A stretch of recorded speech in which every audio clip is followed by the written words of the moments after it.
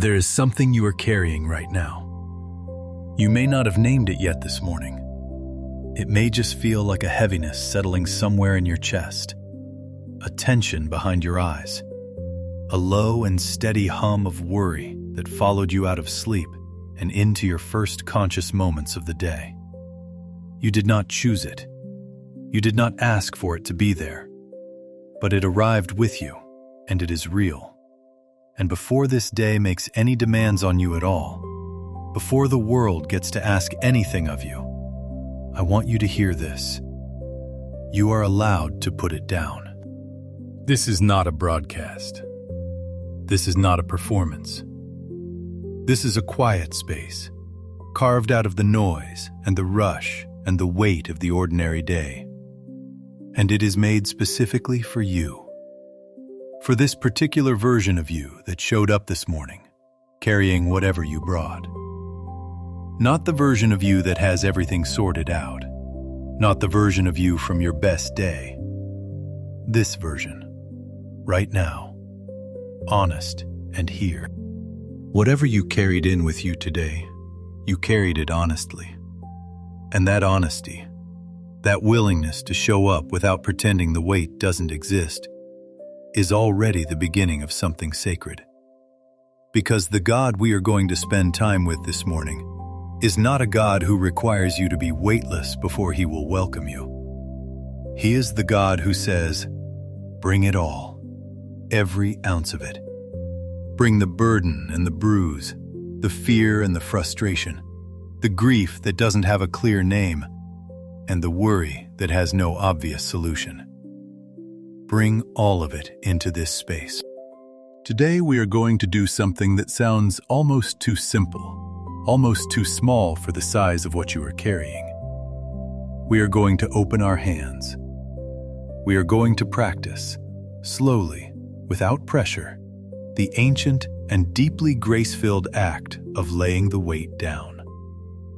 Not because we are giving up, not because the problems disappear the moment we release them, but because we were never designed to carry them alone, and the one who can carry them far better than we can has been inviting us to hand them over since before the morning began. Let us anchor ourselves in the words that Peter wrote to a community that understood burden. These were not people living comfortable, settled lives. They were scattered, dislocated, living under pressures that made every morning an act of endurance rather than expectation. They knew what heaviness felt like. They knew what it was to wake up and already feel the weight of what lay ahead. And it is into that exact reality that Peter writes these words, not as an inspirational slogan, but as a lifeline thrown to people who were genuinely drowning in anxiety. Peter writes in his first letter, chapter 5, verses 6 and 7, "Humble yourselves, therefore, under God's mighty hand, that He may lift you up in due time. Cast all your anxiety on Him, because He cares for you." Sit with those words for a moment, without rushing past them. Let them land where they need to land. Cast all your anxiety on Him. Not the manageable portion. Not the worries you have already filed under things I can probably handle on my own. All of it. Every single thread. The financial pressure that keeps surfacing at 3 in the morning. The relational tension that you keep trying to resolve in your head before you have the actual conversation. The health concern you have been circling for weeks without quite being able to bring yourself to look at it directly. The quiet grief over something you lost that no one else seems to have noticed. The unnamed dread. The one that doesn't have a clear object, that just sits somewhere in your body and makes everything feel heavier than it should. All of it. Cast all of it. And the reason Peter gives for this act of casting is not complex. It is not a sophisticated theological argument. It is almost tender in its simplicity. Because He cares for you. Not because you deserve to be unburdened, not because you have carried the weight correctly enough or long enough, not because you have proven your faith by bearing it without complaint, simply because He cares. For you, specifically, by name, in this moment, with this particular weight. The word cast in the original Greek is worth pausing over. It carries the image of throwing something, decisively and with intention. It is not the language of gently placing something down. It is not the language of carefully setting a fragile thing in a safe spot. It is the language of someone who has made a decision. This object does not belong in my hands anymore. And so they take it in both arms, and they throw it toward the one who is strong enough to hold it. There is something almost bold about true surrender. It is an act, not just a feeling. It is a decision, not just a wish. And notice what Peter says we are casting: anxiety.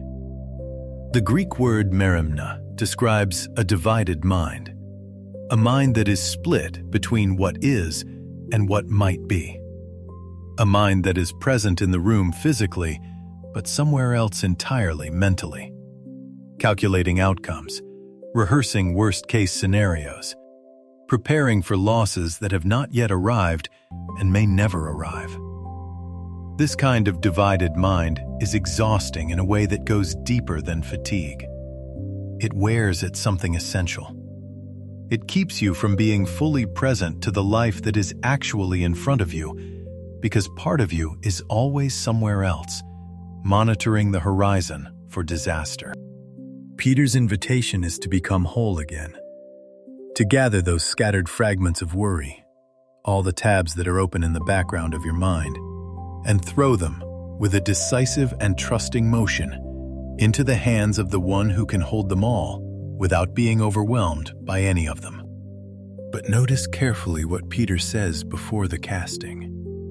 He begins with, "Humble yourselves under God's mighty hand." The humbling comes first. And this sequence matters because the deepest reason we hold on to anxiety so tightly is rarely that we lack faith in God's power. More often, it is that we have developed a kind of unconscious belief that our worrying is itself an act of responsibility. That if we stop running the calculations, something important will slip through the cracks. That if we stop rehearsing the worst-case scenarios, we will be unprepared when one arrives. That the weight we are carrying is evidence that we love the people and situations we are worried about, and to put it down would be to stop caring. Peter dismantles that whole framework, gently but completely. He says the mighty hand of God is already over you, not arriving eventually, already there. You did not hold the world together yesterday with your anxiety, and you will not hold it together today. God's hand was present and active and sovereign before your first worry arrived this morning, and it will remain so long after you have done your best with what is in front of you and handed the rest over. Humility is not weakness. It is not passivity. It is the accurate perception of reality, the decision to stop carrying something that was never yours to carry in the first place, and to trust it to the one whose hands were made for exactly this. And woven into the instruction is a promise that deserves to be held carefully. That He may lift you up in due time. There is a lifting coming, not necessarily in your timeline, not in the timeline your anxiety is demanding. In due time, God's time. The time that can see the whole story when you can see only this sentence. The time that accounts for everything you don't know, that factors in dimensions of grace that haven't even become visible to you yet. And the lifting that comes after the humbling is not diminished by the weight. It is guaranteed by the one who promised it. Let us receive a second word now, one that stands alongside Peter's invitation and deepens it. Paul writes in his letter to the Romans, chapter 8, verse 28, "And we know that in all things God works for the good of those who love him, who have been called according to his purpose." In all things. Not in the things that resolved neatly, not in the things that, looking back, made obvious sense. In all things, which means in this thing too. In the burden you are carrying this morning. In the situation that doesn't yet have a resolution. In the waiting, and in the uncertainty, and in the weight that showed up with you before the day had even properly begun. In all of it, God is working. Not passively, not as an observer, working actively, presently, intentionally, for the good of those who love him. This does not mean that everything is itself good. Paul is not asking you to call the hard thing easy, or to be grateful for the wound as though it isn't a wound. He is saying something more honest and more powerful than that. He is saying that in the hands of the God who holds all things, even the broken pieces are being gathered towards something purposeful. Even what feels like loss is not outside the reach of redemptive work. Even the weight you brought into this morning is already being held by hands that know what to do with it. I want you to imagine something with me. Imagine you have been walking for a long time, not just this morning, but for days or weeks or months. And you have been carrying a pack on your back. The pack is full of everything you have been worried about, everything you cannot control, everything you have been trying to manage on your own, the people you love and cannot fully protect, the future you cannot see clearly, the past you cannot undo, the version of yourself you sometimes fear you might be becoming under all this pressure. The pack is heavy, and your shoulders are aching, and your steps have slowed, and some mornings it takes everything in you just to stand up under it. And then someone walks up beside you. Not behind you, beside you. Someone whose presence you know and trust completely. Someone with more strength than you have ever encountered. And they simply reach out their hands and say, "I'll take that." That is what this passage is. Not a distant theological abstraction, not a principle to be studied from across the room.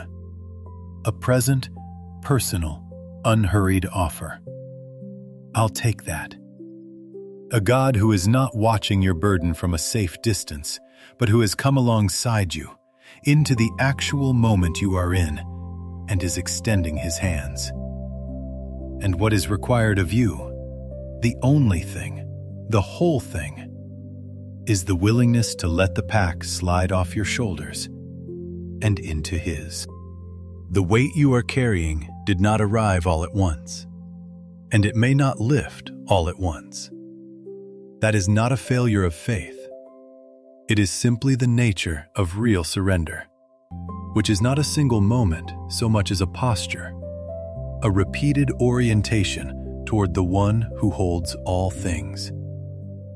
But the act of casting, the decision to release, the choice to open your hands, this begins something. This creates a posture of receptivity where before there was only grip. And even when the worry returns, and it will return because you are human and this is how humans work, the practice of returning it again, of casting it again, of choosing again to open your hands. This is not starting over. This is what the spiritual life actually looks like. Not a single surrender, but a daily one. Not a grand performance of faith. Just a morning like this one, where you stop long enough to remember whose hands are underneath yours. And then another morning, and then another. You are not meant to have it figured out before you begin. You are not meant to feel peaceful before you pray. You are invited to come as you are, heavy, honest, here, and to make the small and enormous decision to open your hands. Not because the circumstances will instantly resolve, but because you were never designed to hold all of this. And because the one who was designed to hold it is not distant or difficult to reach. He is already here. He has been here. He is waiting, not impatiently, not with judgment, but with open hands and an invitation that has never been rescinded. Let us pray together now. Father, I come to you this morning with both hands full. I have been carrying things that I did not realize I was still carrying. Worries that have grown so familiar they almost feel like part of who I am. Burdens that I've picked up somewhere along the way and forgot to put down. I am tired. Not just in my body, but in the deeper place where anxiety lives. And so I come to you, honestly, without pretense, and I say, I need to put this down. You said to cast all my anxiety on you because you care for me. So I am doing that now. Not because I have the faith to do it perfectly, but because you said I could. Because you invited me to. Because your hands are strong enough to hold what mine are not. I am casting, right now, in this moment, with whatever faith I can gather, I am casting all of this onto you. The financial worry, the relational uncertainty, the health concern I have been circling, the future I cannot see clearly, the grief that doesn't quite have a name yet, the fear of failing the people who are counting on me, the exhaustion of trying to keep everything together, the quiet shame of feeling like I should be handling this better. All of it, Lord. I am throwing it toward you. I am opening my hands. Forgive me for the times I believed that my worrying was the same as caring. Forgive me for the hours I spent rehearsing worst-case scenarios as though that preparation would somehow save me from them. Forgive me for holding the weight so tightly that I forgot your hand was underneath mine all along, strong and steady, and already bearing far more than I knew. I humble myself before you now, not because I am defeated, but because I am finally seeing clearly. You are God, and I am not. Your hand is mighty, and mine is small. And in the space between those truths is exactly where I need to be. Not crushed by my own limitations, but resting in yours. Held not by my own effort, but by your faithfulness. Work in all things, Lord, even this. Especially this, the thing I brought this morning that I barely know how to describe. Take it and work in it. Shape something in the unknown space between here and the resolution that I can't yet see. Give me enough faith for today. I don't need to see the whole road. I just need to see the next step. And I need to know that you are already there, already ahead, already working in what feels to me like confusion or delay or loss. Lift me up in due time. I receive that promise. Not on my timeline, yours. Not according to my calculations of what I need and when. According to your knowledge of my whole story, the parts I can see and the parts I cannot. I trust that you see it all. I trust that your timing is not neglect, but precision, the kind that only love combined with perfect knowledge can produce. Today, let me breathe. Let me be present. Let me walk into what the day holds without the pack back on my shoulders. And when the worry tries to return, when the familiar anxiety begins to climb back into my chest, let me remember what I did this morning. Let me remember that I made a choice, that I opened my hands, that you caught what I released, and that you have not dropped it. Thank you that you are the God who cares for me. Not in theory, not from a distance, not contingent on my performance, but actually, specifically, presently. You care. That is enough. That will always be enough. Let me go in that peace today. Not the peace that means nothing is hard, but the peace that means I am not carrying the hard things alone. And so we come to the close of this time together. Not with a list of tasks, not with new obligations, but with open hands. You came in heavy, and the invitation was to go out lighter. Not because the circumstances have changed. Some of them will still be there waiting when this is done. But because the weight found its rightful place. In His hands, not yours. Carry that truth with you today. When the burden tries to climb back onto your shoulders, and it may, because this is honest life, remember what you did in this quiet space. Remember that you made a decision. You cast it. You opened your hands. And the one who received what you released is the same one who said His compassions never fail, who said His mercies are new every morning, who said He will never leave you or forsake you. You are not alone in this. You have never been alone in this. The mighty hand of God is not over your life to hold you down. It is over your life to hold you up. In due time, the lifting comes. And in the meantime, right here, right now, in the middle of what is not yet resolved, you are already being held. Walk forward in that. Take the next step with open hands and a quieter heart. The day is still the day, but you are different now. You chose to lay the weight down, and that choice is real, and it matters. And the one to whom you entrusted it is entirely, faithfully, unshakably worthy of that trust. May the peace of God, which surpasses all understanding, guard your heart and your mind this day.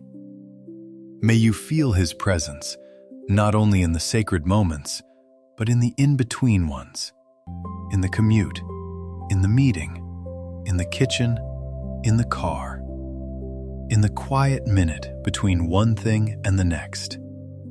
May you remember again and again that the weight has been cast, and that the one holding it cares for you with a love that does not waver.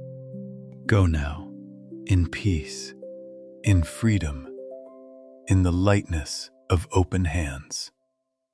Amen.